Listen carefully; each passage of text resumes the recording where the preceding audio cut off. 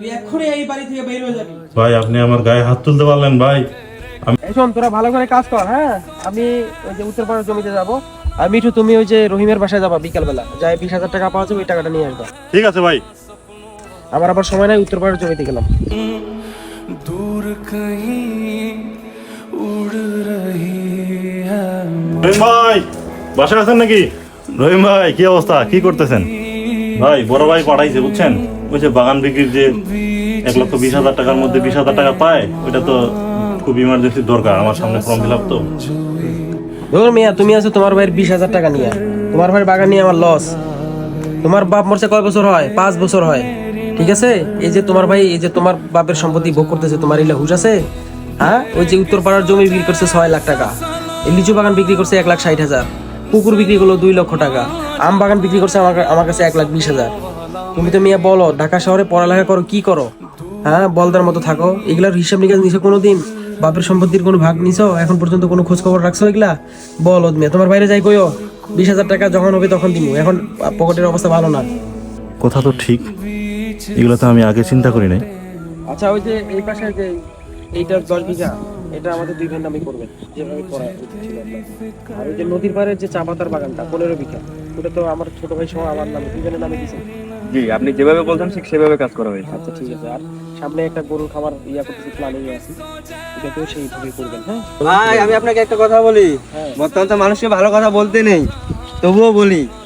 আপনি তো মনে হয় সব জমিগুলো আপনাদের 2 ভাইয়ের নামে নিচ্ছেন।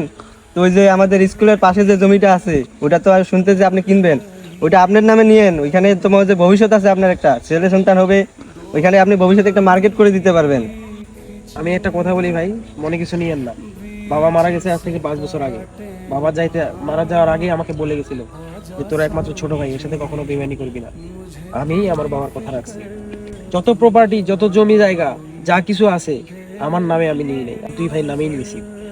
আমি কখনো আমার ছোট ভাইয়ের সাথে বেইমানি করতে পারবো না। ভাই, আপনার মতন মানুষ হয় না। মিঠুকে যে পাঠাইলাম রহিমের বাসায় 20,000 টাকার জন্য, কি যে করতেছে বুঝতেছি না। দেখি নাজিমকে একটু ফোন দেওয়া লাগবে। হ্যাঁ, হ্যালো নাজিম। ওই যে আগামীকালকে আমার ছোট ভাই ঢাকা যাবে, বুঝছো? আর ওই যে কলেজে ফর্ম ফিল আপ আছে, আবার ওই যে মেসে টাকা দিতে হবে, 50,000 টাকার দরকার। হ্যাঁ, এই 50,000 টাকা একটু রেডি রাখিও। হ্যাঁ, আগামীকালকে। আচ্ছা ভাই, সমস্যা নেই, আপনি আসে কালকে নিয়ে যাবেন। আচ্ছা ঠিক আছে। আচ্ছা,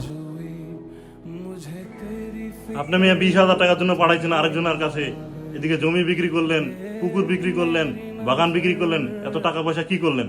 আবার শুনতেছি বলে জমি কিনতেছেন আরেক জায়গায়। বাপ মরে গেছে আজকে 5 বছর হয়, জমি জমার ভাগ কই, জমি জমার হিসাব নিকাশ কই? আমার টাকা আমার বুঝা দিবেন, আমার জমি জমার ভাগ আমার বুঝা দিবেন, আমি অত কিছু বুঝি না। হ্যাঁ চুপ কর। তুই তুই কি বুঝিস? তুই বেশি বুঝিস। তোকে কে কি বুঝাইছে? হ্যাঁ, আন্দাজি কথাবার্তার কোনো লাইন কাট নাই, কোনো কিছু নাই। তুই কিছু জানিস না কিছু বুঝিস? তুই এগুলা কি উল্টাপাল্টা বলতেছিস? চুপ কর। তুই কিন্তু তোর লিমিট ক্রস করতেছিস কিন্তু।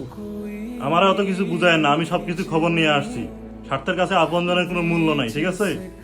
5 বছর থেকে সবকিছু একাই ভোগ করতেছেন, সবকিছু সব জমি জমা নিজের নামে নিতেছেন, আমার কি দিছেন? তুই কিন্তু বেশি বাড়াবাড়ি করতেছিস, বেয়াদব একটা। বাড়াবাড়ি কি দেখলেন? এখনো তো কিছুই করি নাই। বেয়াদব, তুই এক্ষুনি এই বাড়ি থেকে বের হয়ে যাবি। ভাই আপনি আমার গায়ে হাত তুলতে পারলেন ভাই, আমি আপনার বাবার মতো সম্মান করতাম। হায় হায়, আমি কি করলাম আজকে? ছোট ভাইটার গায়ে হাত তুললাম। এখন কি ঢাকায় যাব না বাসায় যাব? না, বাসায় তো যাবই না, চলে যাই। কিরে, এত রাতে কই যাস তুই? শুন, আরে কইস না, বড় ভাই একটা আছে না বাসায়, 5 বছর থেকে জমি জমা একলাই ভোগ করতেছে। আজকে যখন হিসাব চাইছি তখন বাড়ি থেকে বাইর করে দিছি। আরে বোকা, তোকে এই কথা কে বলছে?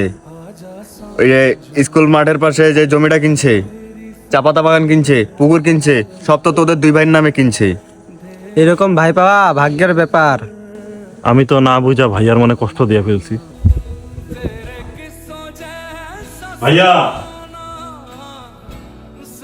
আমার ভুলে গেছে ভাইয়া, আমার ক্ষমা করে দাও ভাইয়া। আমি আসলে বুঝতে পারিনি ভাইয়া, আমি মানুষের কথা শুনছিলাম ভাইয়া। ভাইয়া আমার ক্ষমা করে দাও ভাইয়া, আমি তোমার মনে আঘাত দিয়ে ফেলছি ভাইয়া। ধুর পাগল, ছোটরা তো ভুল করবেই, আর বড়দের কাজ হলো ভুল ক্ষমা করে দেওয়া।